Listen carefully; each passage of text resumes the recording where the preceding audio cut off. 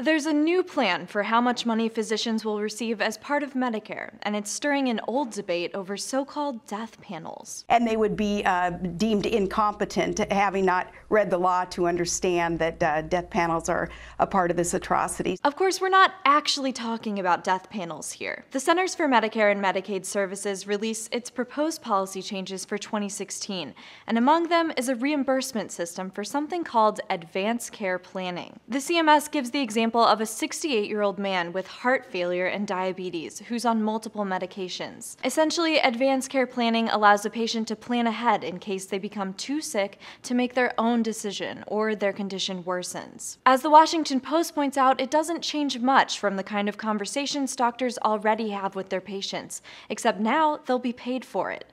And that, a medical professor told the paper, makes the conversation more valuable. Medicare currently covers more than 50 million Americans, most of whom are elderly. For Newsy, I'm Kate Grumke.